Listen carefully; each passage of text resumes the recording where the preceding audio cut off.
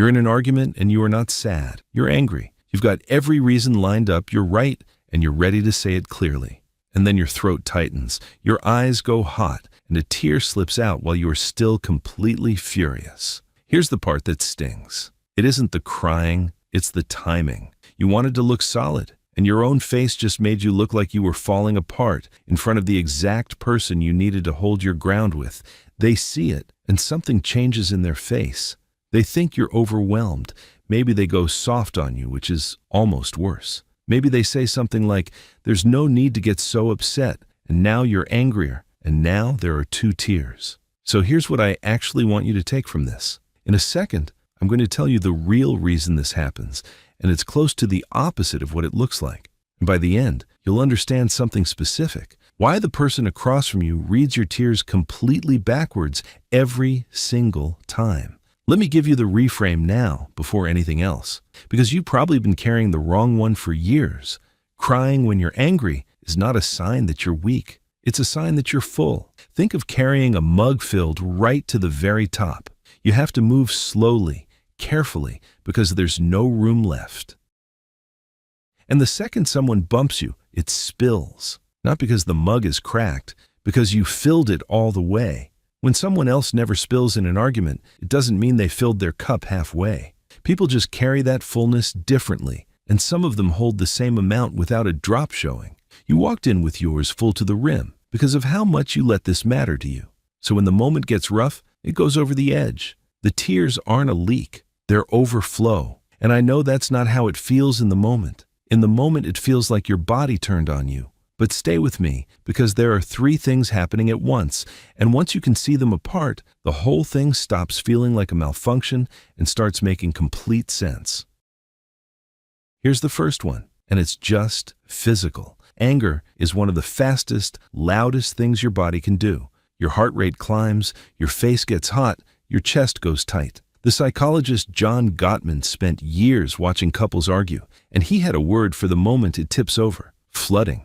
Past a certain level of intensity, the calm, reasoning part of your brain goes quiet and your body takes the wheel. And a flooded body has only so many ways to let that pressure out. Some people get loud, some people shake, and for some people it comes out through the eyes. That's the mug getting bumped. It was already full. Anger just fills it faster than almost anything else you feel. That's the first one. Here's the second, and it's the one almost nobody notices about themselves. The tears aren't actually the anger. Think about when this really happens to you. It's almost never over something small or logical. It's when someone you trust is unfair to you, when you get blamed for something you didn't do, when someone who was supposed to be on your side just isn't. And underneath the anger, quietly, there's always something softer that got there first. The hurt, the sting of it not being fair, how badly you didn't want this to be happening. There's a name for this in therapy. In emotion-focused therapy, developed by a psychologist named Leslie Greenberg, anger is often understood as a secondary emotion. The idea is that anger can show up in front of something more vulnerable and shield it, because anger feels stronger and safer to show than the soft thing behind it. Except your face doesn't cooperate.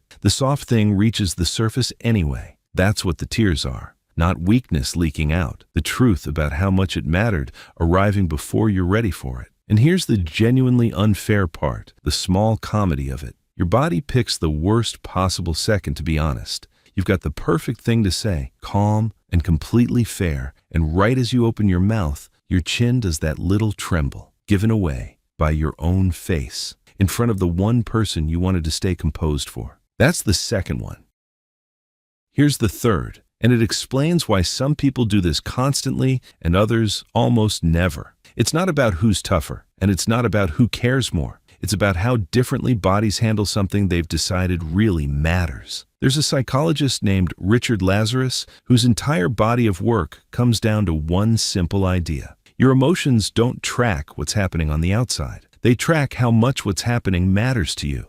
And when your body decides something matters this much, it turns the volume all the way up. For some people, that volume comes out as a raised voice. For some, a shaking hand. For some, it comes out through the eyes. So if you cry the moment a conflict gets real, it's usually not that you're fragile. It's that you don't know how to be in something halfway. You can't argue about something you love at arm's length. You're all the way in every time, and a body that's all the way in overflows.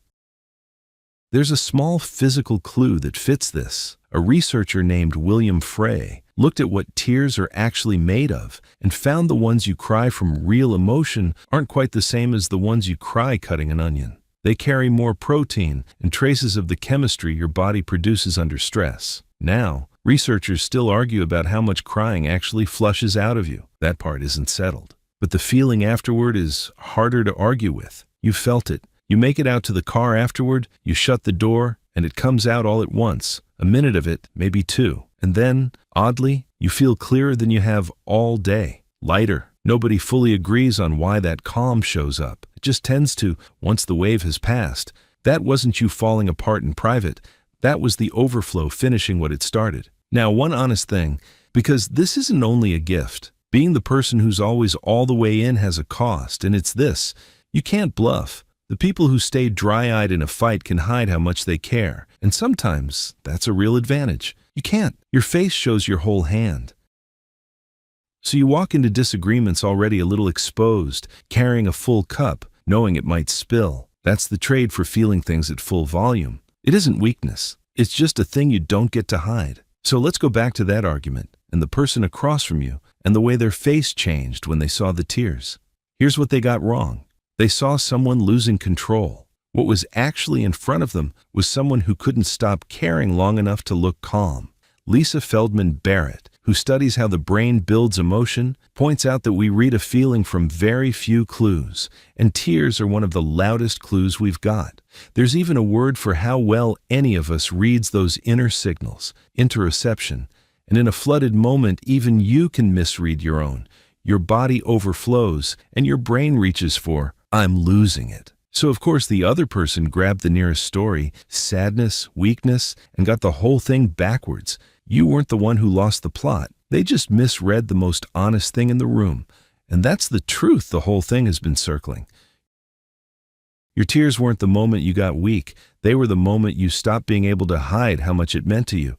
You're probably not going to turn into someone who feels less. And if you're honest, somewhere under the embarrassment, you might not actually want to be. So the next time it happens, and it will, maybe you don't have to stack the shame on top of it. It isn't a breakdown. It's a full cup, carried by someone who never learned how to fill it halfway. And if you spent your whole life a little embarrassed about that, here's the part worth keeping. There are more of us than you'd think. In the car, at the bathroom sink, furious, wiping our faces, and quietly a little proud once it passes that we still feel things all the way.